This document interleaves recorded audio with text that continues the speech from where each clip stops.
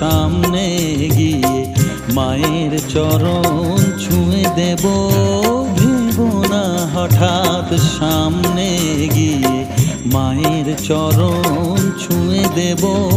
দূর থেকে শুধু চোখের জলেতে মার রাঙা পা ধুয়ে দেব। শুধু আরতি যখন করবে মার পূজা দীপ তুলে ধরবে। আরতি যখন করবে মার পূজা দীপ তুলে ধরবে।